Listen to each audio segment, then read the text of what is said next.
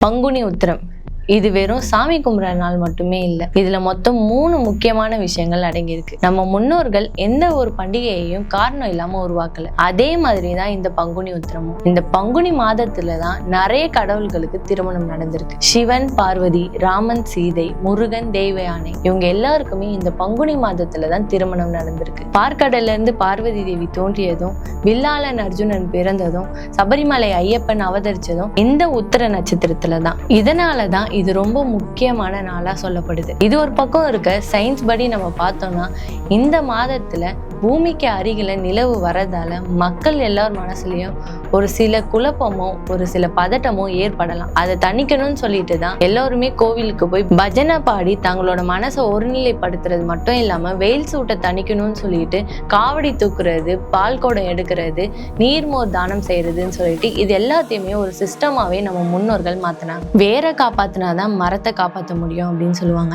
அப்படிப்பட்ட வேர் தான் நம்ம குலதெய்வம். உறவுகளை புதுப்பிக்கிற ஒரு நாளாவே இந்த பங்குனி உத்திரம் சொல்லப்படுது. இப்படி சிறப்பு மிக்க பங்குனி உத்திரத்தை பத்தி இன்னைக்கு நம்ம பார்ப்போம். டிபிசி பக்தி நேயர்களுக்கு வணக்கம். இந்த பங்குனி மாதத்துல முடிஞ்சவங்க உங்க குலதெய்வ கோயிலுக்கு போய் அங்க இருக்க உங்க குலதெய்வத்தை வழிபடுங்க. அப்படி முடியாதவங்க உங்க வீட்டுல இருக்க குலதெய்வத்தை நினைச்சு ஒரு தீபத்தை ஏத்துங்க. ஏன்னா நம்ம குலதெய்வம் தான் நம்மளோட வேறு. அறுபடை வீடுகள் இல்லைன்னா உங்க வீட்டு பக்கத்துல இருக்க ஏதாவது ஒரு முருகர் கோயிலுக்கு போய் அங்க நடக்கிற திருக்கல்யாணத்தை உங்க கண்ணால பாருங்க. அப்படி பாத்தீங்கன்னா உங்க குடும்பத்துல இருக்க மனக்கசப்புகள் நீங்கி உறவுகள் சேரும். அதுவும் இல்லையா, பசியோட இருக்கவங்களுக்கு உணவு, நீர், மோர், பானகம் இது மாதிரியான தானங்கள் செஞ்சீங்கன்னா அது உங்களுக்கு கோடி புண்ணியத்தை தரும். அதுவும் இல்லையா, ஏதாவது ஒரு வேளை சாப்பாடு விரதம் இருந்து மதியானம் 6 மணிக்கு விளக்கேத்தி சாமி கும்பிட்டு அந்த விரதத்தை முடிங்க. இது உங்க உடலுக்கு ஒரு மன நிம்மதி தரும். அதே மாதிரி இது ஒரு டீடாக்ஸாவும் இருக்கும். அது ஏன் இந்த பங்குனி உத்திரத்துல முருகனை மட்டும் இவ்வளோ பெருசா கொண்டாடுறாங்க அப்படின்னு நீங்க கேட்கலாம். எல்லா தெய்வங்களுக்கும் இது ஒரு திருமண நாளா இருந்தா முருகருக்கு இது ஒரு வெற்றி திருநாள். ஏன்னா சூரபத்மனை வதச்சதுக்கு அப்புறம் இந்திரன் தன்னோட மகளான தேவயானியை முருகனுக்கு திருமணம் செஞ்சு தந்த திருநாள் இதுதான். இந்த நிகழ்வு தான் முருகரோட வாழ்க்கையில ஒரு திருப்பு முனையாவே இருந்திருக்கு. முருகன் குறிஞ்சி நிலத்தோட தலைவன். இந்த பங்குனி மாதத்துலதான் வசந்த காலம் ஆரம்பிக்குது. இந்த காலகட்டத்துலதான் மலைகளும் காடுகளும் செழுமையா இருக்கும். அதனால மக்கள் எல்லாருமே மலை மேல இருக்கிற முருகனை போய் தரிசிக்க போவாங்க. பழனி, திருச்செந்தூர் இது மாதிரி இடங்கள்ல பாத யாத்திரையா மக்கள் எல்லாருமே இந்த பங்குனி மாதத்துலதான் போவாங்க. தன்னோட உடலை வருத்தி காவடி தூக்குறது, பால் குடம் எடுக்கிறதுன்னு சொல்லிட்டு எல்லாத்தையுமே மக்கள் எல்லாருமே இந்த பங்குனி மாதத்துலதான் செய்வாங்க. சில கதைகள்ல வள்ளி அம்மை அவதரிச்சதும் இந்த பங்குனி உத்திரத்துலதான் அப்படின்னு சொல்லப்படுது. முருகனுக்கும் அவங்க 2 மனைவிகளுக்கும் ரொம்ப நெருக்கமான சம்பந்தத்தை ஏற்படுத்துற இந்த பங்குனி உத்திரம் முருகப்பெருமானுக்கு ரொம்ப சிறப்பு வாய்ந்தது அப்படின்னு சொல்றாங்க. முருகன் நம்ம வீட்டு பிள்ளையா மக்களோட எல்லார் மனசுலயும் இருக்கிறதுனாலதான் அவரோட கொண்டாட்டங்கள் எல்லாருக்குமே தெரியற மாதிரி இருக்கு அப்படின்னு சொல்றாங்க. நம்ம முன்னோர்கள் எதையும் சும்மா சொல்லலைங்க. இந்த பங்குனி மாதத்துல பூமிக்கு ரொம்ப கிட்ட நிலவு வரதால நம்மளோட உடல்ல நீர் சத்து கம்மியாகுமா. அதனால நம்ம மனசு ஒருநிலை இல்லாம படபடப்பா இருக்குமா. இதை ஒருநிலைப்படுத்தணும்னு சொல்லிட்டு நம்ம கோவிலுக்கு போய் தியானம் செஞ்சோம் அப்படின்னா நம்ம மனசுல ஒரு நிலை உருவாகும். குளிர்காலம் முடிஞ்சு வெயில் காலம் ஆரம்பிக்கிறதால நம்ம உடல்ல வெப்பம் அதிகரிக்கும்.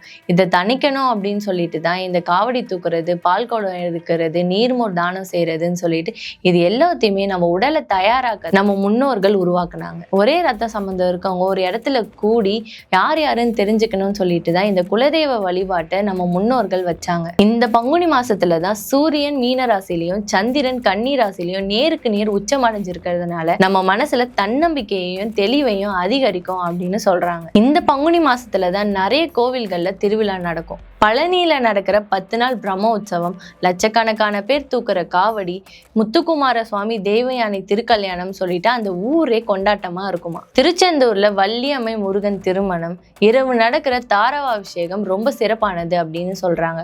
மயிலாப்பூர்ல நடக்கிற 10 நாள் திருவிழா, அதுல 7வது நாள் நடக்கிற உலக புகழ் பெற்ற தேரோட்டம், 8வது நாள் நடக்கிற 63 நாயன்மார்கள் திருவிழான்னு சொல்லிட்டு எல்லாமே கொண்டாட்டமா இருக்குமா. திருவாரூர்ல இந்த ஆசியாவிலே இருக்க மிகப்பெரிய தேரான ஆழி தேரோட்டம் இந்த பங்குனி மாசத்துல தான் நடக்குது அப்படின்னு சொல்றாங்க. பார்க்கடலை கடையும் போது அதுல இருந்து அமுதம் தோன்றதுக்கு முன்னாடியே மகாலட்சுமி தாயார் தோன்றியதும் இந்த உத்திர நட்சத்திரத்துலதான். வில்லாளன் அர்ஜுனன் தோன்றியதும் இந்த உத்திர நட்சத்திரத்துலதான். அதனாலதான் அவருக்கு பல்குணன் அப்படின்னு சொல்லிட்டு இன்னொரு பேரும் இருக்கு. சபரிமலை ஐயப்பன் சிவனுக்கும் மோகினிக்கும் மகனா அவதரிச்சதும் இந்த நாள்ல தான். கேரளா, தமிழ்நாட்டுல இருக்கிற எல்லா ஐயப்பன் கோவில்லையும் இது ஆராட்டு திருவிழாவா கொண்டாடப்படுது. ஒருத்தவங்களோட ஜாதகத்துல சனி தோஷம் இருந்தா இந்த நாள்ல ஐயப்பனை வேண்டுனா அவங்களோட சனி தோஷம் நீங்கும் அப்படின்னு சொல்லப்படுது. அதே மாதிரி தமிழ்நாட்டுல இருக்க ஒரு சில கோவில்கள்ல இந்த நாளை எப்படி திருவிழாவா கொண்டாடுறாங்க அப்படின்றத பார்ப்போம். காஞ்சிபுரத்துல இருக்க ஏகாம்பரநாதர் கோவில்ல இந்த பங்குனி உத்திரத்துலதான் சிவனுக்கும் காமாட்சி அம்மனுக்கும் திருக்கல்யாணம் செஞ்சு வைப்பாங்களாம். 63 நாயன்மார்களான திருக்குறிப்பு தொண்ட நாயனாருக்கு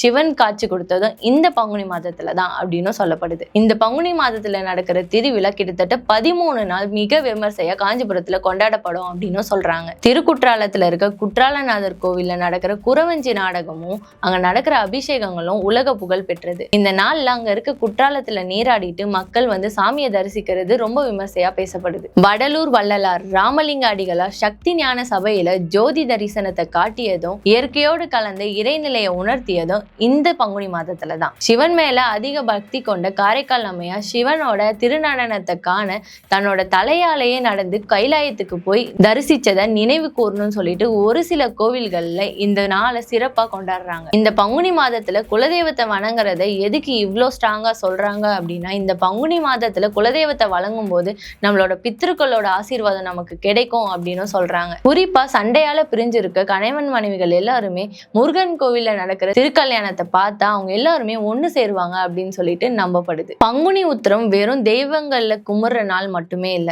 இந்த நாள் சமூக சேவை செய்யறதுக்கான ஒரு சிறப்பான நாளாகவும் அமையுது. ஏன்னா இந்த மாதத்துல கடவுளை தரிசிக்க பாத யாத்திரையா செல்றவங்க, காவடி தூக்குறவங்க, இவங்க எல்லாருக்குமே நீர்மோர் தானம் செய்யறது, உணவளிக்கிறதுன்னு சொல்லிட்டு இது எல்லாத்தையுமே ஒரு சமூக சேவையாவே நிறைய பேர் செய்யறாங்க. இப்படிப்பட்ட சிறப்பான பங்குனி உத்திரத்தை பத்தி நீங்க இந்த வீடியோல பார்த்திருப்பீங்க.